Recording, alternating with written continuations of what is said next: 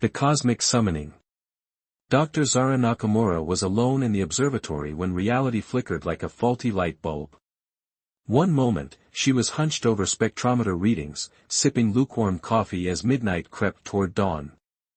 The next, the concrete floor beneath her dissolved, replaced by a surface that hummed with energy and reflected her startled expression like polished obsidian.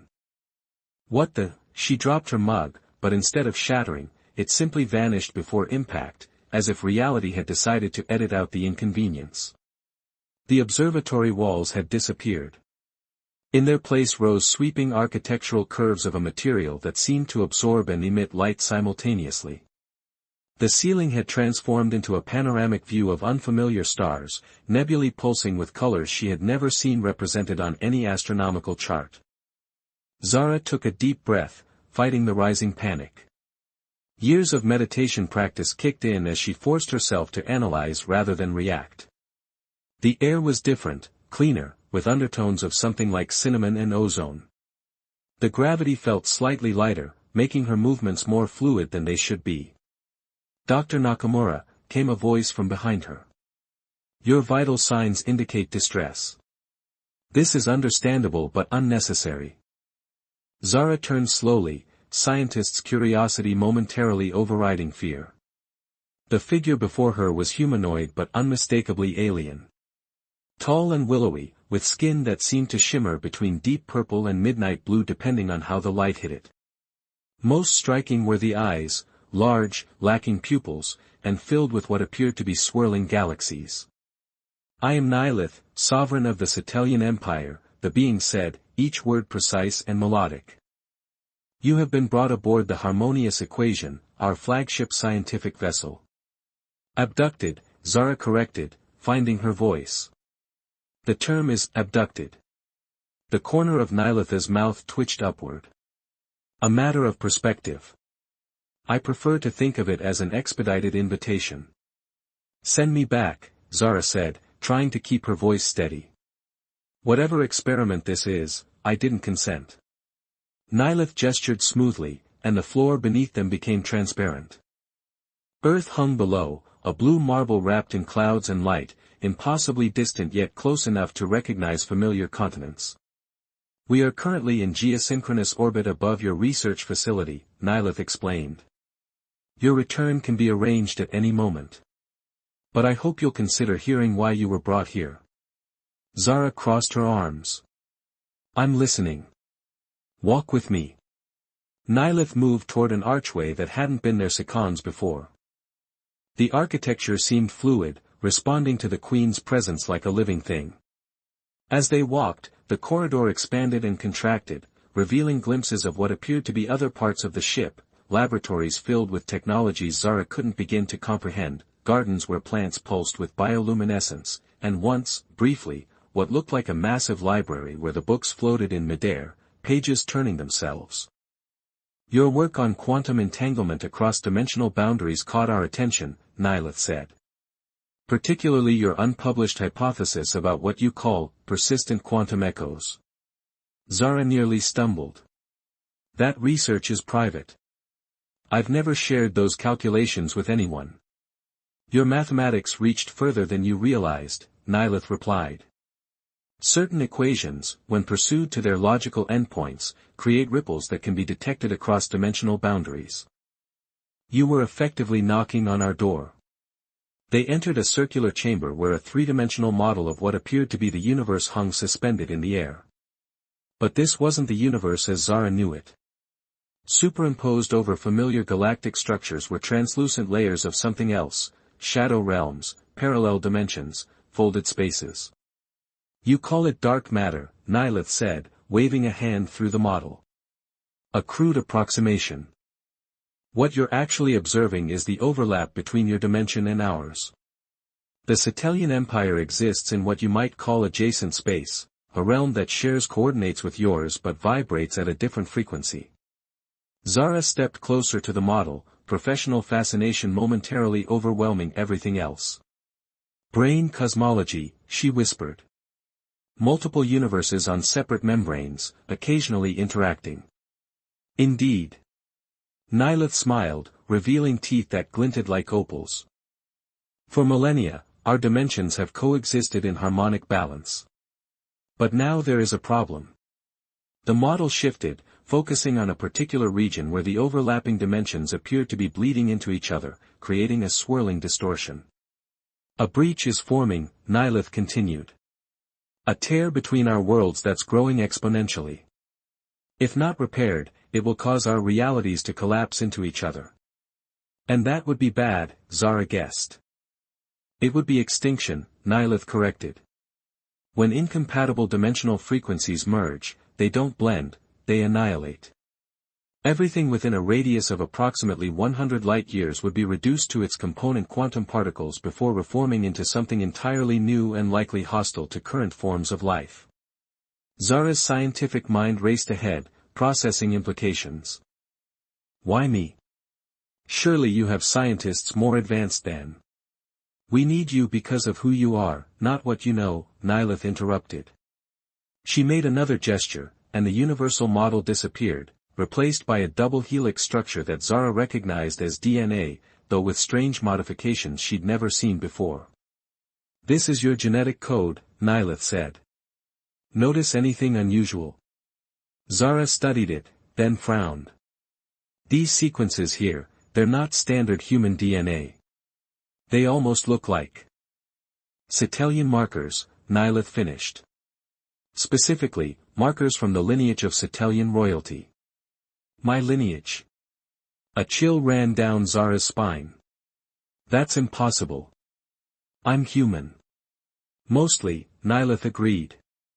But somewhere in your ancestry, approximately 12 generations ago, there was a crossing. A Cetellian explorer who took human form and integrated into your society.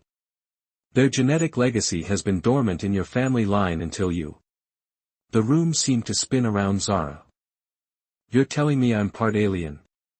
That's why your mind works the way it does, Nylith said gently. Why you've always felt slightly removed from others of your kind. Why your scientific intuition leads you to truths others can't see. Zara thought of her lifetime of feeling different. The social awkwardness, the intense focus others found strange, the insights that came to her fully formed while sleeping. The breach can only be sealed by someone who exists in both dimensional frequencies simultaneously, Nylith continued. Someone who carries both genetic signatures. Someone like you. A door opened on the far side of the chamber, and a new figure entered.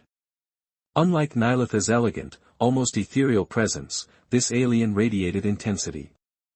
Powerfully built, with skin that appeared metallic and eyes that glowed amber, they wore what was unmistakably a military uniform adorned with symbols of rank. Your Majesty, the newcomer said, bowing slightly. The breach has accelerated. We have less time than projected. Thank you, Commander Torin. Nylith turned back to Zara. This is my security chief. He will be accompanying us to the breach site. Us? Zara echoed.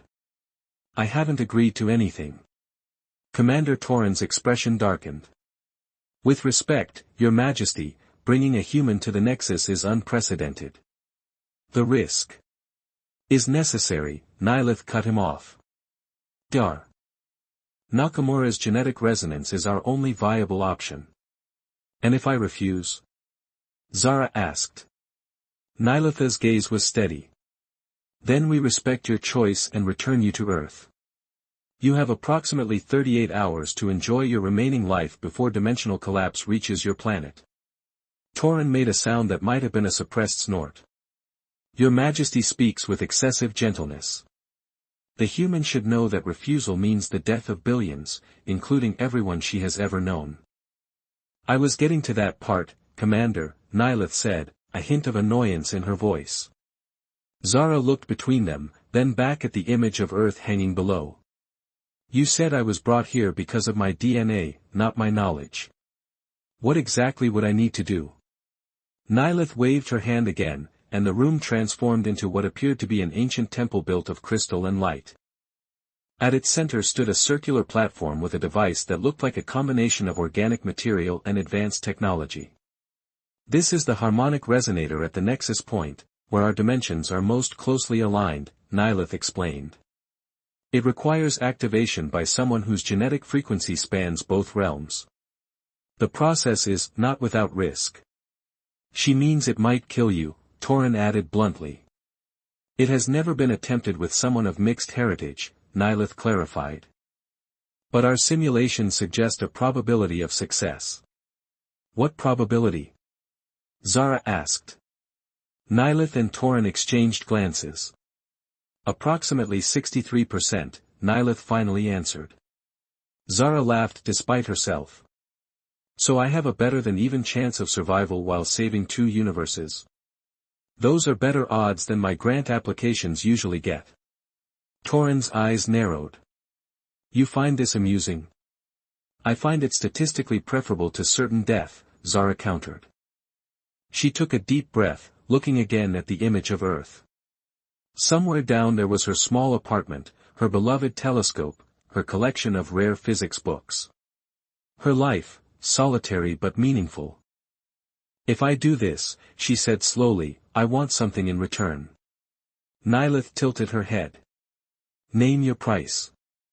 Knowledge, Zara said simply.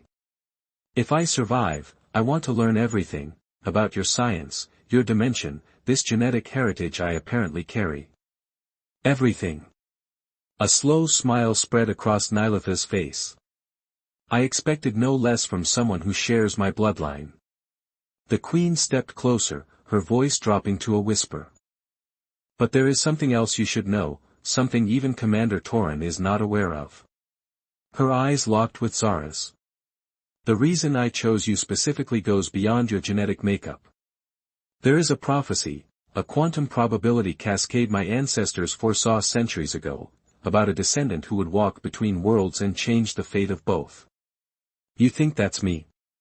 Zara asked, incredulous. I know it's you, Nilith replied. Because the prophecy described you precisely, the scientist who questions the darkness between stars and bears the mark of the twin galaxies. Instinctively, Zara's hand went to her right shoulder, where a birthmark resembling 2 spiral galaxies had always drawn curious looks at the beach. How could you possibly know about that, she whispered. Because, Nilith said, her voice barely audible, I have the same mark. We are connected across dimensions, across time itself. This is not coincidence, Zara Nakamura. This is destiny. Commander Torin cleared his throat impatiently. Your Majesty, the temporal window is closing. We must depart for the Nexus immediately if there's any hope of sealing the breach. Nilith straightened, once again every inch the regal sovereign. Prepare the dimensional skiff, Commander. Dr. Nakamura and I will join you shortly. As Torin left, Zara found herself staring at her own reflection in the glossy floor. The woman looking back at her seemed different somehow, standing taller, eyes brighter with purpose. I always knew I didn't quite belong, she said softly. I just never imagined this was why. Sometimes, Nilith replied, not belonging in one world means you're vital to another. Zara looked up at the stars visible through the transparent ceiling, stars that now held new meaning, new possibility. All right, she said, squaring her shoulders. Let's go save 2 universes. The veil between worlds. The dimensional skiff cut through space like a blade through silk, leaving rippling distortions in its wake. Unlike conventional spacecraft, this vessel traveled by folding reality around itself, slipping between the quantum fabric that separated dimensions.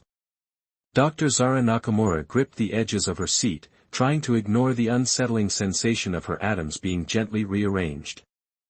Beside her, Queen Nilith sat perfectly composed, eyes closed in what appeared to be meditation. At the control interface, Commander Torin's metallic skin reflected the pulsing lights of the instrument panels as his 6-fingered hands danced across holographic displays. We're approaching the nexus point, Torin announced, his voice tight with concentration. Dimensional turbulence increasing. The breach is expanding faster than our projections. Through the transparent viewing dome, Zara could see their destination, a massive structure floating in what appeared to be empty space, though empty, hardly described the swirling, folding reality surrounding it. The ancient outpost resembled a series of interlocking rings, each spinning in a different direction, constructed from a material that seemed to flicker in and out of existence. The harmonic archway, Nilith explained, noticing Zara's awestruck expression. Built by the first ones who discovered dimensional travel. It marks the thinnest point between our realms. And the most dangerous, Torin added grimly. Stay close when we dock. The laws of physics are negotiable near the breach. As if to emphasize his point, the skiff suddenly lurched sideways, throwing Zara against her restraints. Outside, space itself seemed to ripple and tear, revealing glimpses of somewhere else, another dimension bleeding through. Dimensional cascade beginning, Torin reported, his amber eyes narrowing. We have less time than anticipated. The skiff approached one of the spinning rings, which slowed and opened like a mechanical iris. They passed through, entering a docking bay that defied conventional geometry, angles that shouldn't connect somehow did, creating a space that was simultaneously vast and intimate. Welcome to the edge of everything, Nilith said as they disembarked. Zara stepped onto the station's deck and immediately felt wrong. Her body seemed both heavier and lighter, as if gravity couldn't quite decide how to treat her. Colors shifted at the edge of her vision, and occasionally her hand would appear slightly transparent, as if parts of her were slipping between dimensions. Your hybrid genetics are responding to the dimensional overlap, Nilith explained. Focus on something constant. It will help anchor you. Zara found herself staring at the commander's broad back as he led them through twisting corridors. Despite his initial hostility, there was something reassuringly solid about him, as if even dimensional instability wouldn't dare mess with his rigid military bearing. You don't like me much, do you, Commander? She asked as they walked, partly to distract herself from the unsettling sensations washing over her. Torin didn't turn around. My feelings are irrelevant. I serve the Empire and the Queen. He doesn't trust the prophecy, Nilith interjected from behind them. Torin believes in what can be measured and proven, not in ancient predictions. That sounds like a scientist's mindset, Zara observed. We might have more in common than you think, Commander. Unlikely, Torin replied, but Zara caught what might have been the ghost of a smile on his profile. They reached a central chamber where the architecture grew even more bewildering. The floor beneath them was transparent, revealing not the stars below but what appeared to be Earth, or rather, multiple versions of Earth layered atop each other, slightly out of phase. Above them, the ceiling opened into a swirling vortex where reality itself seemed to be tearing apart. The breach, Nilith said, pointing upward. Growing larger by the moment. In the center of the chamber stood the harmonic resonator, the device Nilith had shown in her holographic projection.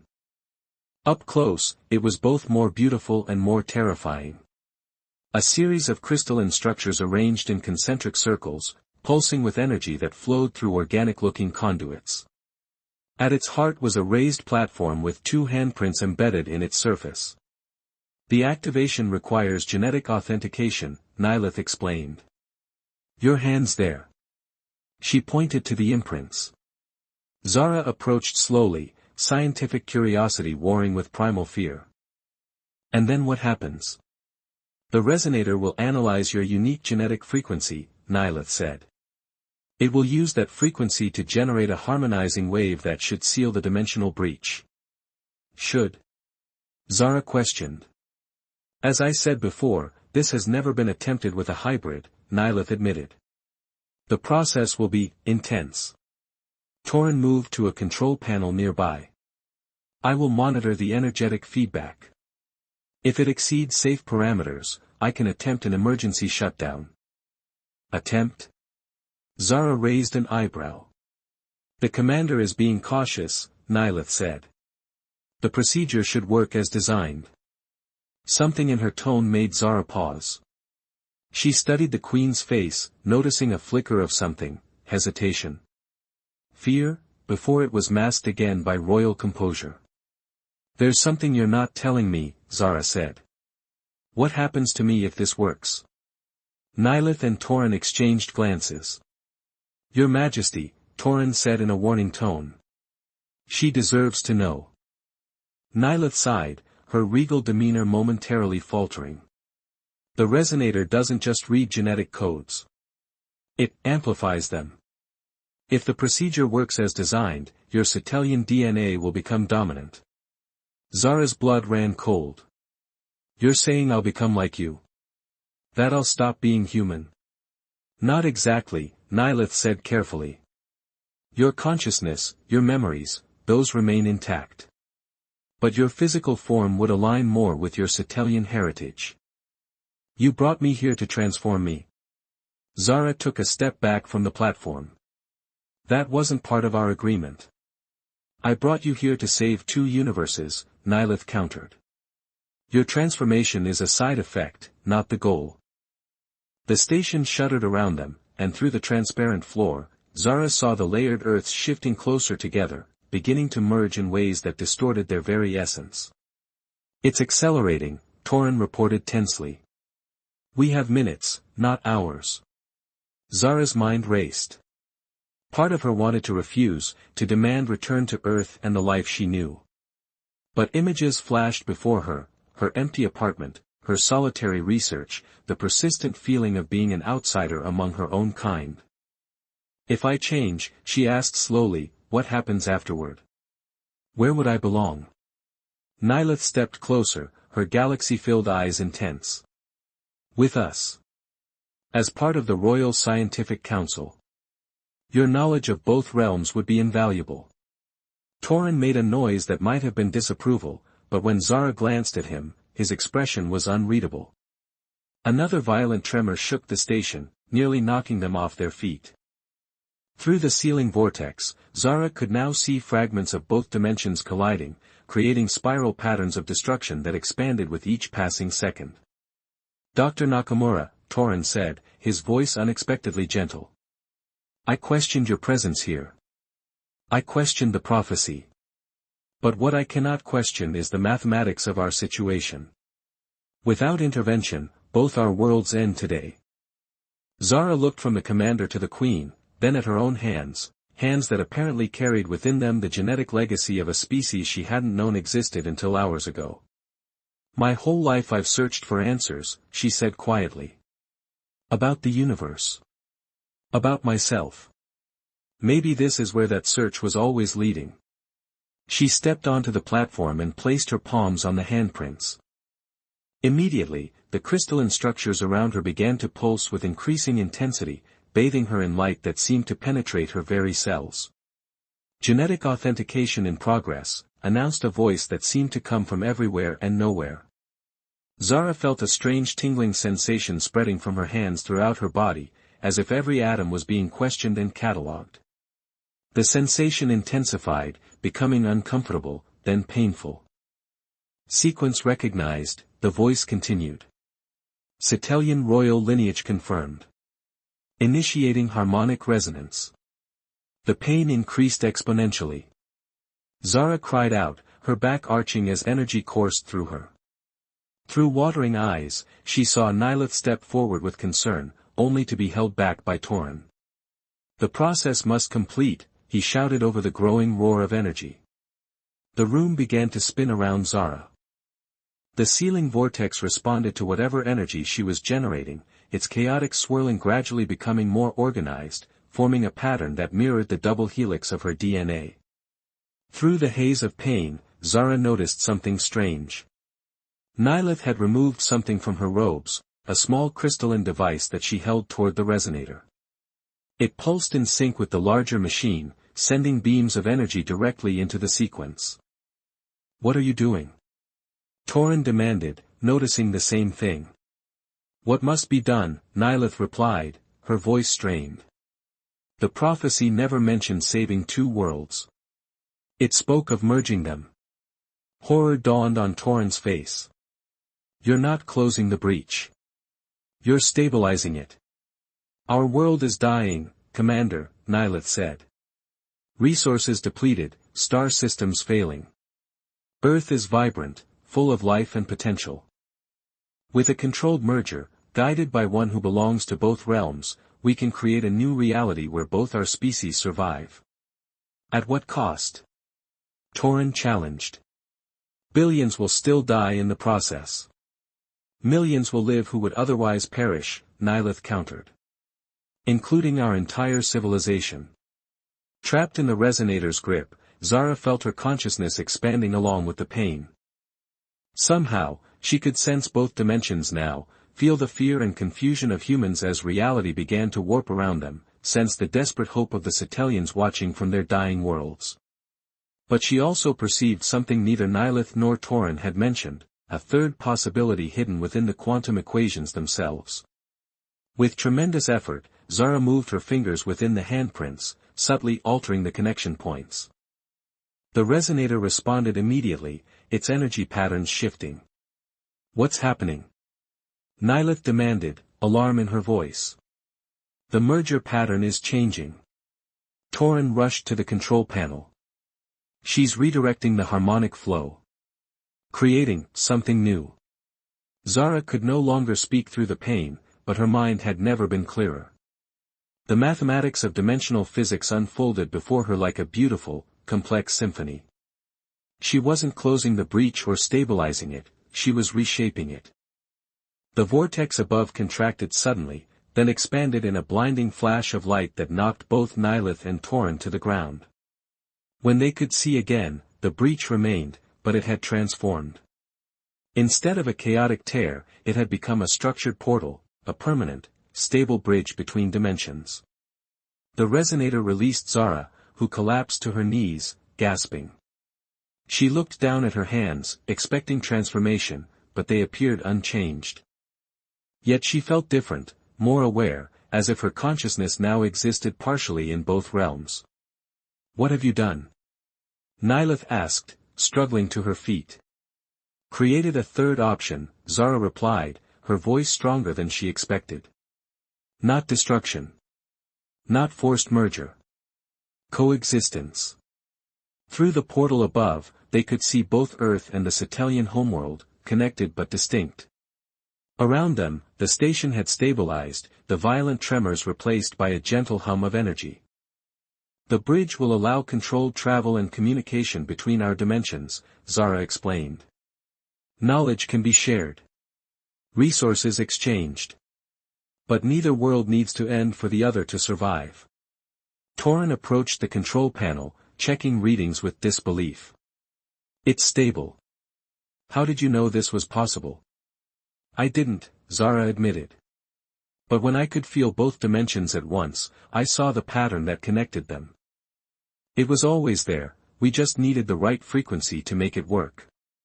Nilith approached slowly, her expression unreadable. You altered a plan thousands of years in the making. A flawed plan, Zara countered. Your ancestors saw me in their prophecy, but they couldn't see what I would choose to do with that role. Maybe that was the point all along. For a long moment, Nilith stood silent, galaxies swirling in her eyes. Then, unexpectedly, she laughed, a sound like crystal bells ringing. My ancestors would be horrified, she said. And impressed. As am I. Torin came to stand beside them, looking up at the stabilized portal. What happens now? Now, Zara said, feeling strength returning to her limbs, we build something new. A relationship between worlds based on exchange, not conquest or desperation. She stood, noticing that her body occasionally shimmered with the same iridescence as Nilith's, not a full transformation, but something in between. A bridge, just like the one she had created. The first ambassador of Earth to the Cetelian Empire, Nilith said, studying her. And vice versa. A fitting role for one who carries both worlds within her DNA. And if Earth isn't ready for such knowledge? Torin asked pragmatically. Zara smiled. Then we proceed carefully. One scientist at a time. Starting with a certain astrophysicist who dropped her coffee when the ceiling disappeared. Outside the station, the cosmos seemed to hold its breath as two dimensions that had always existed in parallel now faced the prospect of dialogue. It wasn't the destiny Nilith had planned, nor the simple rescue mission Zara had agreed to. It was something entirely new, fragile, uncertain, and infinitely more hopeful than either had imagined possible. "Come," Nilith said, extending her hand to Zara. "We have much to discuss about the future. Both our futures." As they walked back toward the skiff, Zara glanced at Torin, who was watching her with newfound respect. "Still think prophecies are nonsense, Commander?" she asked. A rare smile crossed his metallic features. "I think, Dr. Nakamura, that the universe just became considerably more interesting." Above them, the bridge between worlds pulsed with possibility, a testament to the power of a mind that had always lived in between, never fully belonging to one world, but now, perhaps, essential to both.